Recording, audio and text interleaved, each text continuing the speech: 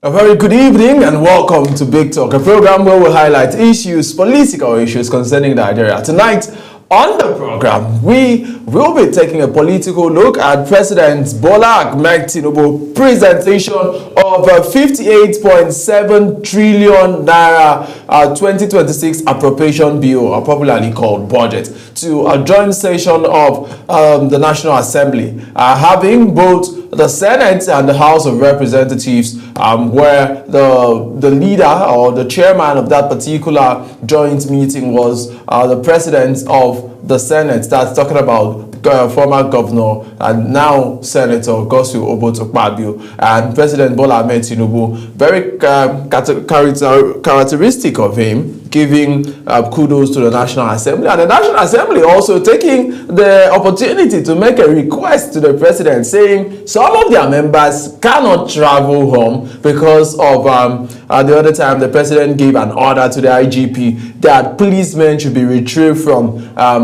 politically exposed persons and sent into the front line of active policing work. And members of the National Assembly say we can't go home this Christmas, we need these policemen back, as one of the things they laid down. But also the highlights, they sang the song, and the song says, "On your mandate we stand, Mr. President." That song was sung the other day when the judges got together, and some persons say it wasn't us, it was the organizers that played the song. But this time, when the song was sung, we saw senators and some House of Rep members stand to their feet to say, "President, we stand on your mandate." 58.47 trillion naira. And we'll go into some more details about this particular budget today. When we come back on the show, we'll have with me a political scientist and a journalist who's joining us tonight on the program as we x-ray President Bola Tinubu's presentation of 58.74 trillion naira 2026 budget to a joint session of the National Assembly. We'll be right back after this. My name is Ubong Story in Abuja, saying welcome to the program.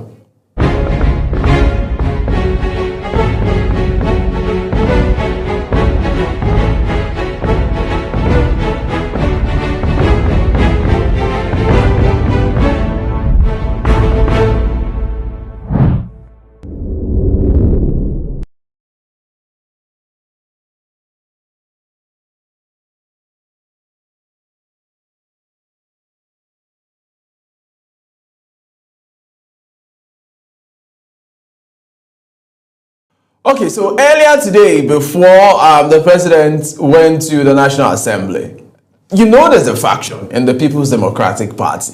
We have Abdulrahman as the chairman of the caretaker committee set up by the Samayawu side. They had a meeting today with the chairman of INEC, Professor George Amopitam, who called all of the factions. George, he called Abdulrahman, and he also called Kabiru Turaki, SAN, to a closed-door meeting. How do we resolve the impasse in the Labour Party, in the People's Democratic Party, I beg your pardon, and move ahead? He called them to a closed-door meeting, and my colleague Sadia Yakubu was there. He took that report. Let's get the report before we go into President Bola Tinubu's presentation of the budget today.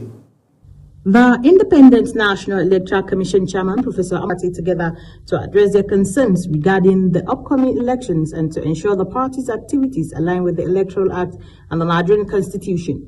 He emphasized that INEC is guided by constitutional provisions, the Electoral Act 2022, and the regulations set by the Commission to maintain the integrity of electoral process. So we are determined to ensure that we follow the provisions of the various laws, constitution. The People's Democratic Party acknowledged the dispute surrounding the conflicting correspondence. He explained that the root cause of the issue lies in grievances, aggression, and ego within the party. Despite these challenges, he reaffirmed the People's Democratic Party's commitment to the rule of law and adherence to electoral guidance. Since we have a cabinet committee appointed by the neck and beauty of our party, so we want them to come back. Let us do reconciliation means let's come back. The other factional chairman of the People's Democratic Party, Tanimu Turaki, spoke about the ongoing issues within the party, while acknowledging that some matters are still before the Court of Appeal. He stressed that INEC cannot replace the role of the judiciary. He, however, assured that the People's Democratic Party factions are committed to resolving their differences through dialogue with INEC and are hopeful that the Commission will respond to their concerns. Turaki also took the opportunity to reassure Nigerians that the PDP would continue to fulfill its role as a primary opposition party, holding the ruling APC government accountable on matters such as security, infrastructure decay, and social justice. From our own perspective, to assist INEC as a regulator to do an election that Nigerians will held certainly will do so. More so when now we are aware that indeed our party members are beginning to rise to the challenge of opposition. Tenimu Turaki-san. Looking ahead, INEC has set a timetable for upcoming elections. The Federal Capital Territory elections are scheduled for February 21st, 2026, followed by the Ekiti and Osun State elections later in the year. INEC has issued a comprehensive schedule of activities to all political parties to ensure smooth election processes in these regions. Diaya Kubu, reporting for Global Television News. All right, welcome back. That is the PDP and, the INEC chairman saying, let's try and resolve these issues. All right, so joining us tonight to help make sense of the budget, 2025 budget, President Tinubu presentation of the 58.74 trillion consolidation budget is Dr. Adetunji Ajibade, a political scientist and a journalist. Thank you so much, Doc, for joining us on the program. Nice being on your program, Ubonk. Absolutely. The president has presented this budget, 58.74 trillion naira. And I'll just look at some of the things that I like to point out before, as I bring you into the conversation. Total expenditure budget for next year, 58.74 trillion. Infrastructure defense takes the largest chunk of the resources there, where we see defense taking 5.41 trillion. We see infrastructure at 3.56 trillion. We see education at 3.52 trillion. Can we have that projected now? And we have health at 2.48 trillion. So in that regard, defense and security, infrastructure, education, and health. And the president is saying it's a budget of consolidation. But there are other things I'd like to point out. But let's look at it now. And the benchmark of this budget at 1,400 to about 1,500 to $1. Very realistic, I think. And also looking at crude, we'll be funding over 60% of the budget. And the crude price is set at 60 to $1, that's $60 to a barrel of crude to 65. Also very realistic, not that 80, not that 90 that we used to do. Let's start talking about it now. And the senators made a request, said, please, I know you came for budget presentation, but there's something worrying us. A lot of us can't travel home for Christmas because we cannot have private security, or we don't have the security personnel to be able to travel because of insecurity. Let's talk about it, Doctor. I wasn't surprised the politicians came up with that angle, which you have just mentioned. Ordinarily, I was expecting a backlash. But we need to ask ourselves, how did we get here?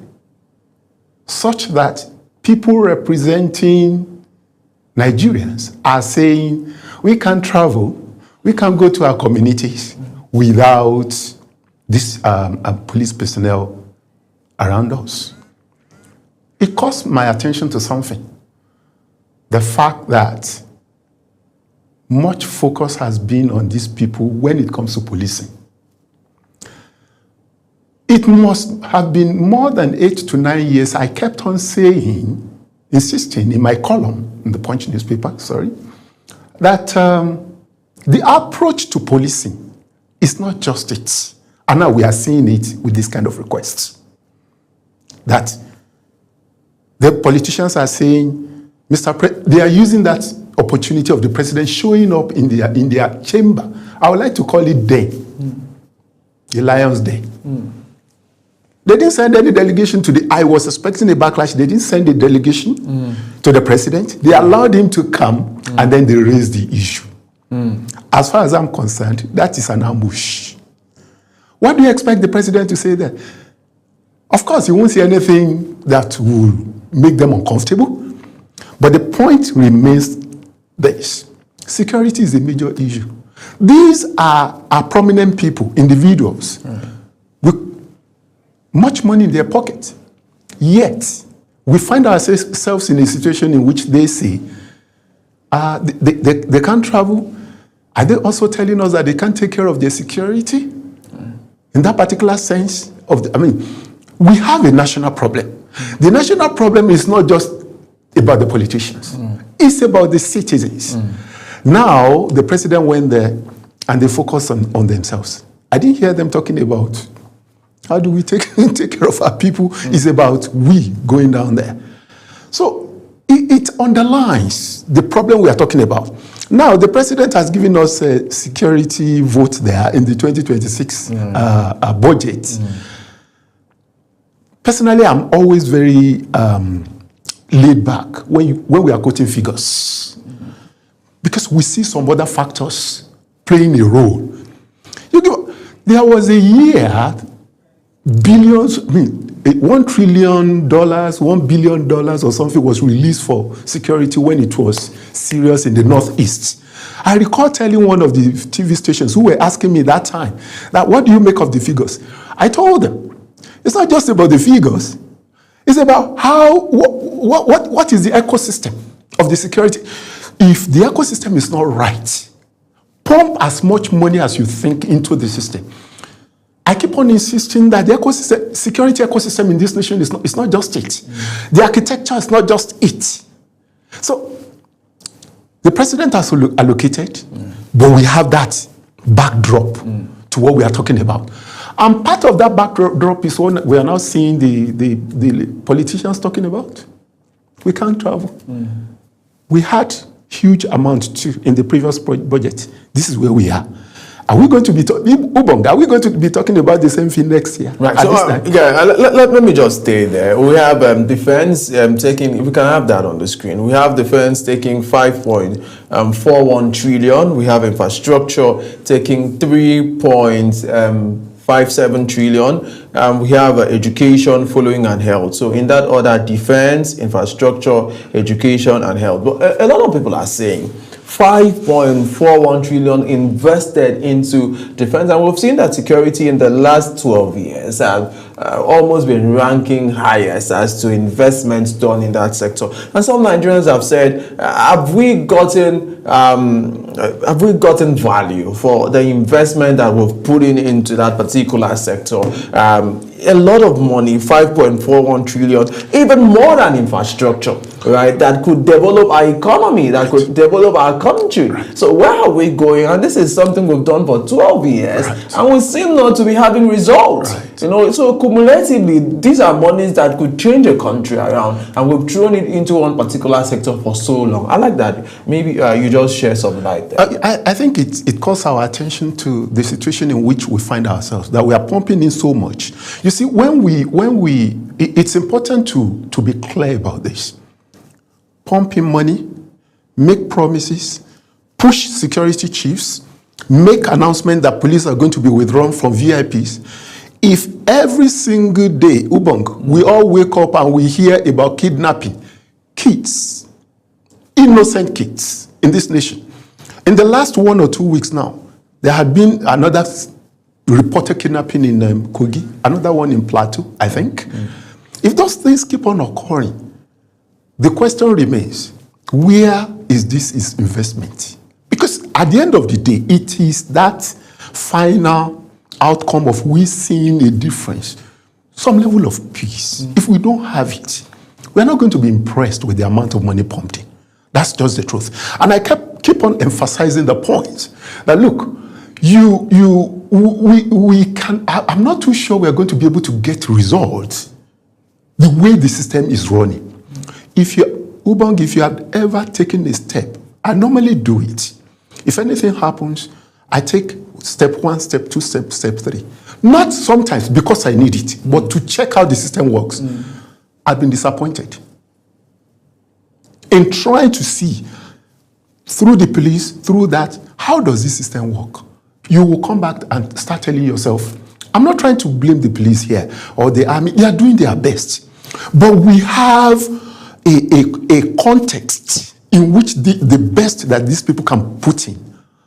It's not just giving us the kind of result we have. It's an embarrassing situation that in Nigeria, as large as we are and all of that, simple security of lives and property, we couldn't even maintain it. So, pumping money, do all of that. The other day, the president was promising that the police, there will be state police and all of. I can't recall the number of times I've already said, until you give us police that are operating at the local level. Yesterday. Thank you so much, Ubong. Until you give us police that is able to say, we know our community well, and we are able to say, bandits are coming in through this angle, criminals are coming in through this angle, and we stop it. We haven't started. And each time I see some of our well-placed individuals talking about figures in the budget, talking about, and they don't come down to the nitty-gritty. That backdrop of everything.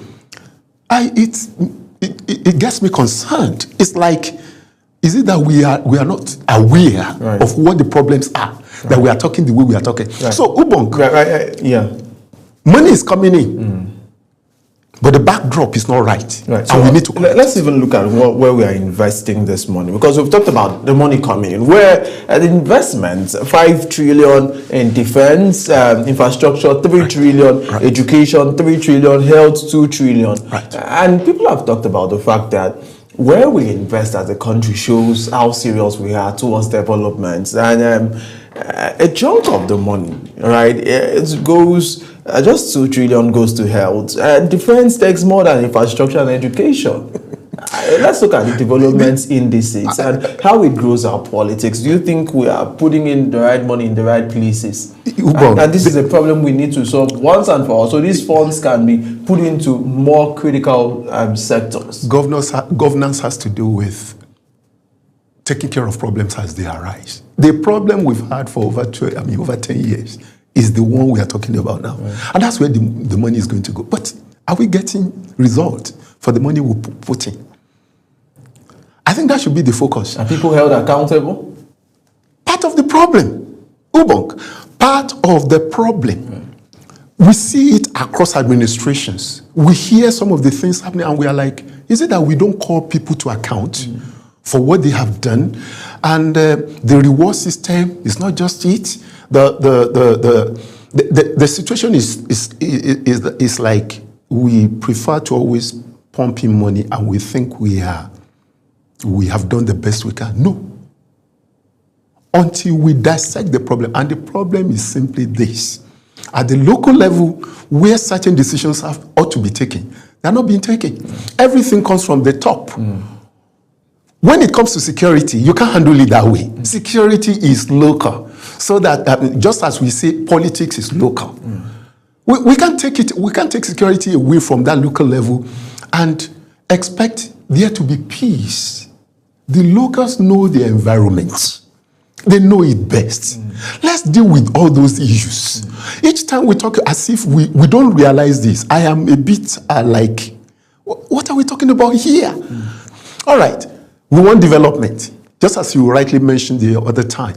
But we can't have development except we have peaceful environment. Are we going to talk about our local investors who are like, okay, let me go and invest in Benue, let me go and invest in Zamfara, let me go and invest in Katsina or in any other place, and they are uncomfortable, let alone foreign investors. And it is part of the factors that draw investors into a particular environment. If it is not safe, they won't take their money there. Money flies from from places where it doesn't have a guarantee of making returns for the owners. So it is our focus now. But what kind of focus are we talking about? Focus in terms of telling ourselves the reality that look, it's not just about pumping money. It's also about the politicians sitting down to take care of those issues. Why are we finding it difficult to get state police? Why do the other time people were criticizing the government? Okay, you quickly approve this, but you don't deal with security. Why is it that we can't quickly deal with the issue of state police? Right. So let's look at something now, Doctor. Something I really like to point out. Oh, just go ahead and finish up the thoughts. We're talking about state policing. Yes. The other time you mentioned something regarding development, security, and the rest of it. The fact of the matter is that you cannot take the state and the local government out of the calculation, and you think you are doing the best for security. In this situation now, we have the state governors. Just this morning I was watching a program where in any local government, one particular chairman, one of the states was saying, there's no single local government in Nigeria that has all its allocation. Right. Let's talk about the local government allocation. Under the framework, the breakdown, what we have is that the federal government portion of that 54 trillion naira, it's 34.33 trillion to the federal government. Right. The states are to share 16.3 trillion naira to the states, and the local governments are to share 11.8 trillion naira. That's so the margin between states and local government is just about 4 trillion naira. So 16 trillion to all of the states and 11.84 trillion to all of the local governments. So if this budget is realistic and if this budget goes into effect in 2026 as it should be, no state should say, I'm not able to do projects. That's what it should mean. Right. Yeah, go ahead. You are correct. But the fact is that the entire fund, both for the state and for the local government, they end up in the purse of the state. And it is what the state governor decides to do that gets done. I have been to local governments on research, academic research. And local government chairman kept on saying, even 1 kilometer of road in their environment, the state government comes in to get it done. Where is that done in a federal system? That is infrastructure. How much more security? And security is not a cheap thing to get it done and done effectively in any local environment. And I believe the local governments can make contribution. But the funds that you have just mentioned now, huge funds, good. But does it get to where it should get to? These are fundamental questions. It doesn't get to the local government chairman. The local government elected officials, for them to be able to do anything tangible. And the way we run the political process is such that many of them can't even stand up and fight or confront the state governors.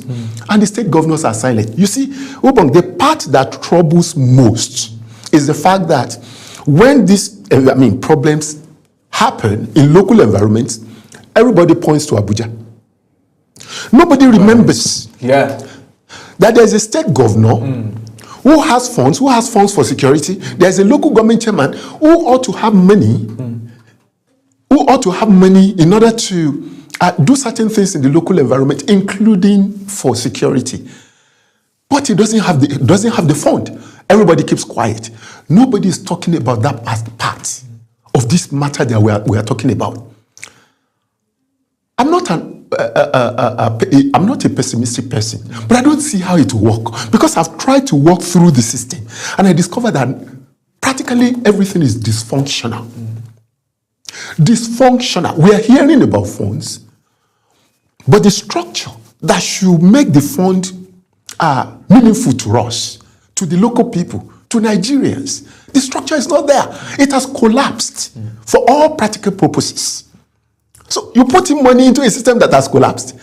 State governors have practically collapsed the local government structure.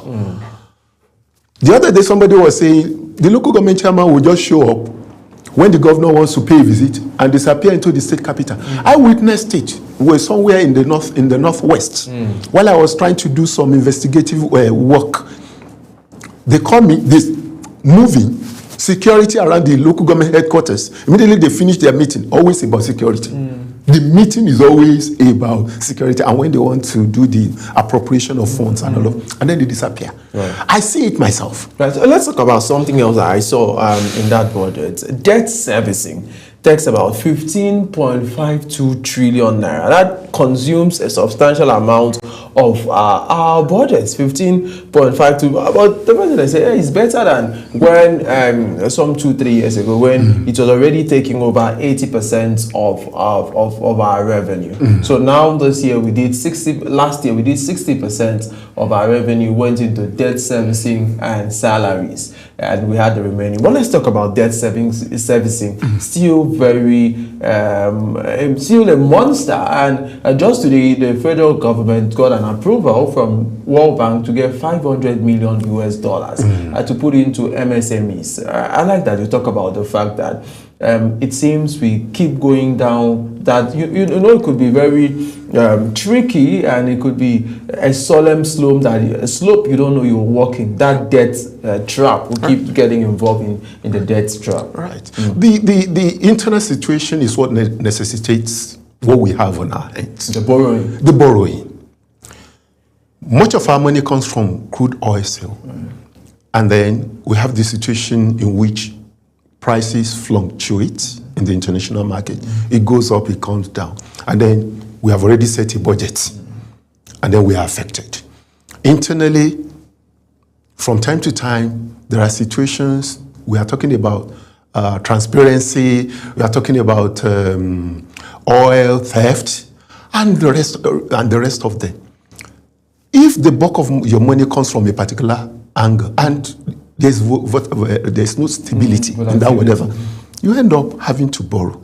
Nations do borrow. We should be clear about that. You see, some years back, there was money to be borrowed by, was it one of the agencies, whatever, and I pointed it out way back 2013, 2014, I pointed it out that the administration at that time stated a policy. Any money you are going to borrow, it must be, that program must be able to pay back. And then one of the agencies, don't let me mention the name, decided to take money and then is to take care of diseases and programs. How would that? And then I wrote it in my column that this is not going to work. I became an enemy of some people. They still collected that money and put it into fighting disease and all of that. Is that what nations borrow? We were not in a pandemic situation, just the typical HIV and the rest of them and all of that. And they were collecting international whatever. So we set policies, we go against it, and nobody makes anybody to be accountable for all of that. Plenty of that is going on in this country. So when we borrow, is it even programs and things that could lead to development? A government came up with that idea. That program must be able to generate funds to return. But are we following that? So if we are borrowing money, Ubong, and there are programs that we know at the end of the day, capital expenditure and the rest of them and all of that, and the money can be refunded based on what it was used for, but that is not happening. That synchronization, that synergy, that policy effectiveness of ensuring that we have set a policy, is everybody in every MDA following it, so that we don't just keep on having borrowing money, and then we are looking for ways to now refund it later, and becomes a burden.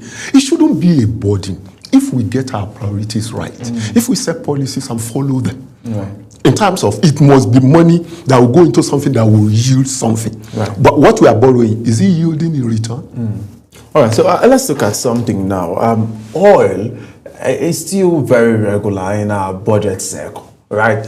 We now have that oil may be funding over 50% of this particular budget. It's a departure from the place where we used to have 80% of our budget funded by oil, and we've seen the president stated that also non-oil revenue has actually increased. In fact, we saw FIRS declaring their profits by November, or I think September or there about November, profits for the year. So before the end of the year, they already declared we've met our targets for this year. We saw JAM also, declaring profit like they've not done before. And we also saw customs, right, declaring profits, right? But we still 50% of our budget largely dependent on oil. But one of the things that for me is standing out is that the government is trying to be very pragmatic to say, okay, whatever is our timelines, we are tying it to $60 per barrel to 65. It doesn't, if we have surplus, fine and good, but we'll stick with this. We don't want to be driven by market forces and all that. Let's talk about over dependence on oil.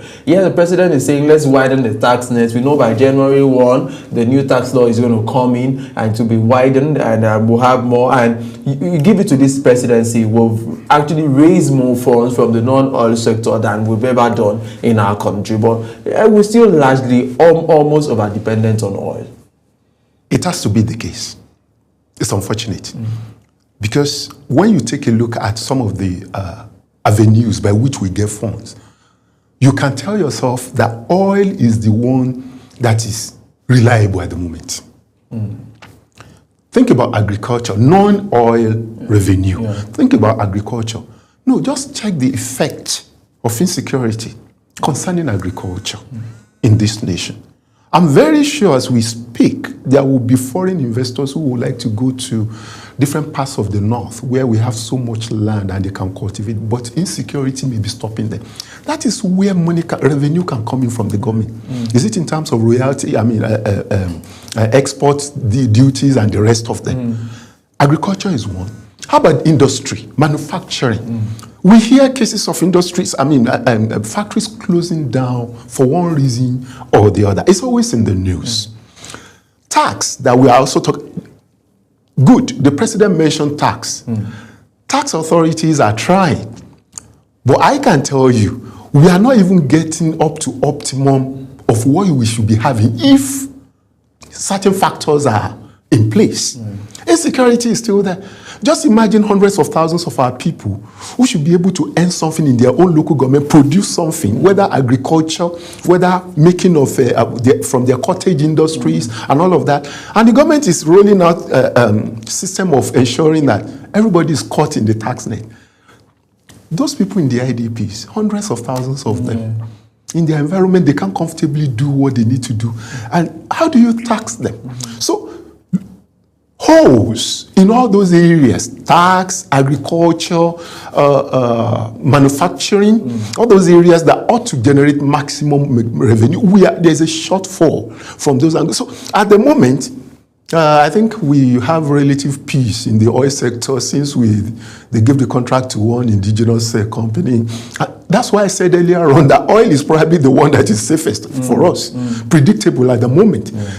Compared to other areas that you have just mentioned. So that reliance, I am not too sure. It may be gradual based on what the tax authority, but are we still going to get the best if our people are not maximally employed in their various areas of endeavors due to insecurity, due to power, inadequacy, electricity, and the rest of ordinary Baba cannot rely on electricity to function for just maybe like 10 hours a day. You understand? So power, security, and all of they affect other non-oil sectors that should ordinarily bring in revenue for the government. So that dependence, unfortunately for the moment, we may see improvement. We should see improvement as the government works on insecurity and then maybe power. And all those two factors are very important in ensuring that the non-oil sector is actually yielding for us. But until that time comes. Right, so let's go for our first break, Doctor. When we come back, we'll still look at 2026 revenue projections and how we can grow our economy and what it means for Nigeria. We're looking at the 2026 budget. President Tinubu presents a 58.47 trillion naira budget to the National Assembly. We have Dr. Ajibade, who's joined us to help make analysis of this. We'll be right back after this break.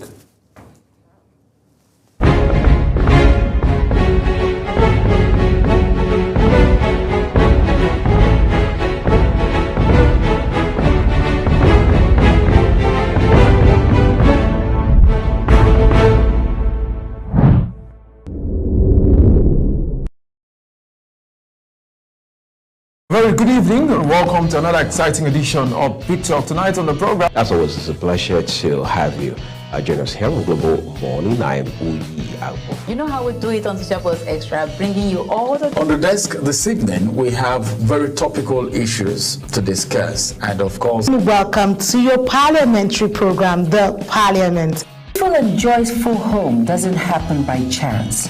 It is built on... Men can rise beyond traditional boundaries to claim their rightful place as... Very numerous committee, about more than 12 committees. Face to Face is a program that comes to you once in a week at about this time where we look into issues and discuss them. It gives you the opportunity. The world leaders in United Welcome Nigeria. To Entertainment Circle. And trust me, today you're about to get entertained. Hello everyone and welcome to the program Talk Sports here on Global Television. Top Zone is that platform where we bring young and talented artists. Stay tuned, stay inspired, stay with Global Television on DSTV Channel 365, on Star Times Channel 276.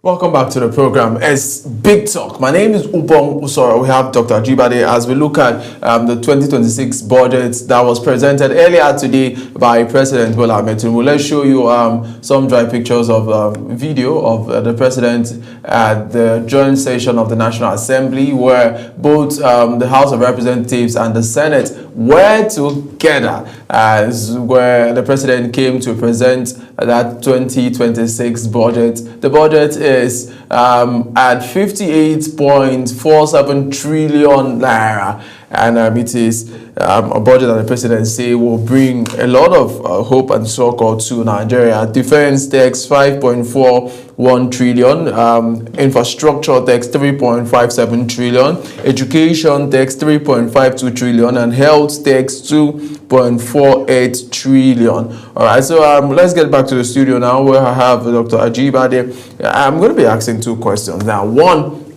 it's about we are pegging this particular budget on an exchange rate of 1,400 to 1,500. Very realistic, and we've seen some stability with the exchange rates for the past four months. There's been a lot of stability. In fact, it's been dropping, and And I spoke to some economists who told us that if we continue doing the right thing, we could even have it slide down to at least 1,000. And whatever we have now is the true value of our money. We are not defending the naira against any currency at the moment. This is where we are, and we have to take note that this is where we are. If we want to get out of here, we have to work it out. Let's talk about the pegging, $1,400 to $1,500 for this particular budget.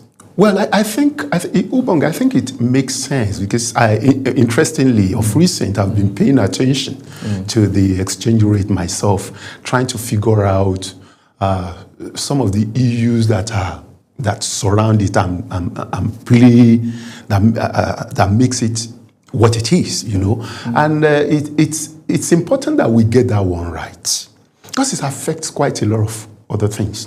For instance, look at the budget. We mentioned trillions. By the time you convert our trillions into American dollars, and when you want to pay for some things, military equipment, factory equipment for manufacturers, and all of that, the trillions, the millions that we mentioned, you are like, okay, that trillion is just $40-something million, and that's it, you know. And it has to do with the rate of exchange, the strength of our economy. So it's very crucial. I think the president putting it at that rate is feasible. I think it makes sense. I think it's realistic. But I think we will be some of us will be more comfortable if we get the rate of the naira to be lower. To at least what amount do you think is right? I think Nigeria is in such a strong position that if we do things right, the way it should be done, if I see one day 400 naira to $1, I will be like, yeah, we are getting there. In fact, it's at that point I will feel we are getting there. It's just because quite a few things that other nations easily handle, they're just not there. Now, we have no business our naira jumping over 1,000 naira to $1. We have no business. If our nation is a productive nation, if the policies are right, investors are coming in, we have no business. This is Nigeria, the most populous nation in Africa, with brilliant people, intelligent people. The resources are there, harnessing them. I think my optimism will be more on expecting that the president and his team will look at some of the indices that make us weak when we should be strong. What are those issues? And they address them. And subsidy was maybe one of them, and the president has addressed that one. Go. Good. Subsidy, something led to subsidy. Right. Have we dealt with what led to subsidy? That's where I'm going. What led to subsidy? What subsidy is just came on simply for me, from my own perspective. There's the angle of corruption. There's the angle of things not working the way they should be working, and then we prop it up, just like we are propping up. Right. So I'd like to ask now. So because we are gradually running out of time, recurrent expenditure, 15.25 trillion. The last this 2025 budget, 65% of the budget. 2025 budget that we're still running, this particular budget cycle, 65% was taken over by debt servicing and recurrent expenditure, as salaries and overheads.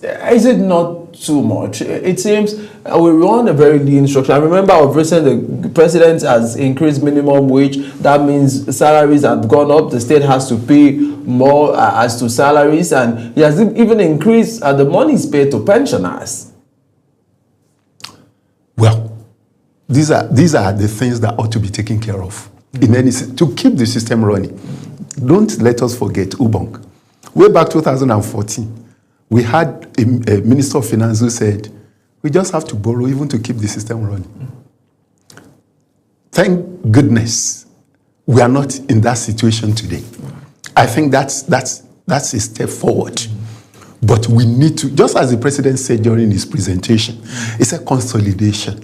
And then when he was mentioning the objectives, he focused on reducing poverty, he focused on business, helping business. I think it sounded good. The soundbite was good. And the president always has this way of presenting it very well.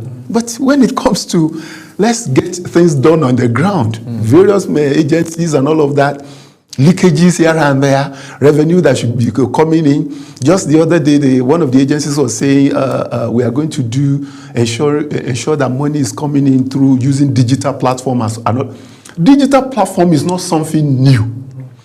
It had been talked about under the previous administration. And some of us will go into agencies and we see digital platform to fill forms and application and all of that. And they will still invite you to their premises. In short, the money for they take it from you there and then go and fill the application by themselves. The system is circumventing the good policy of the man at the top. Is that going to continue? I don't see how some of the indices would look positive if leakages are so strong in the revenue. That's something we should have also mentioned earlier. In terms of shortfall in revenue, the leakage, the amount of money that is floating out that should be going to the government is serious. When you walk through the system, you understand what I'm talking about. People just collecting cash here and there. In this age, an agency just issuing an instruction that there shouldn't be collection of cash in Nigeria. Okay, so Doctor, as we try to round up now, I'd like you talk about your projections as you look into this budget, 58.47 trillion naira budget presented by President Bola Tinubu to the National Assembly. What are your projections about the budget? Do you think it will be able to at least bring some form of succor to Nigerians? Because ultimately, like you've mentioned, it's about how the budget has translated to the life of the people. Ultimately, it's about how the people feel the impact of the budget. Do you think that this budget will bring succor to the Nigerian people? The budget is an indicator. Right. It's not as if that money is going to be shared to Nigerians one after the other and the rest of it. No. It's an indicator of if this money goes to this angle, it will provide certain, the backdrop, certain incentives, certain things to be facilitated for Nigerians to work and make money. It's not as if government gives, the budget is basically we are going to do this and things will be easier for our people. If government continues to work on that trajectory of making life easier for people, is it in the area of power? Is it in the area of security? Government facilitates. Government doesn't provide for people. Not anywhere. So if the budget is going to head in the direction of, okay, we make security situation better, we make power better, we make we reduce revenue leakage, we ensure that a huge portion of our people are put to work. And then people live a better life. That's the way it works in terms of government making the environment conducive for people to function, to run their lives. Government doesn't run people's lives. It only facilitates. It provides an enabling environment, whether for individuals or for companies or for foreign investors. That's what the government does. That's what the budget is actually focusing on much of the time, to ensure that everything is in place. So if the government continues to work on that, which I expect President Tinubu to do, because he did that in Lagos. If he does that, we may be singing a new song. Thank you so much, Dr. Adetunji Ajibade, political scientist and journalist, for joining us tonight on the show. As we looked at 2025 budget, President Tinubu presentation of the 58.47 budget to the National Assembly. Thank you so much for coming on the program. Nice being on your program, Ubong. All right. And people, that's the size of our program for tonight. Remember that we love Nigeria as our country who must contribute to building and sustaining this country. Right? My name is Ubong, in Abuja, and I'm saying bye for now.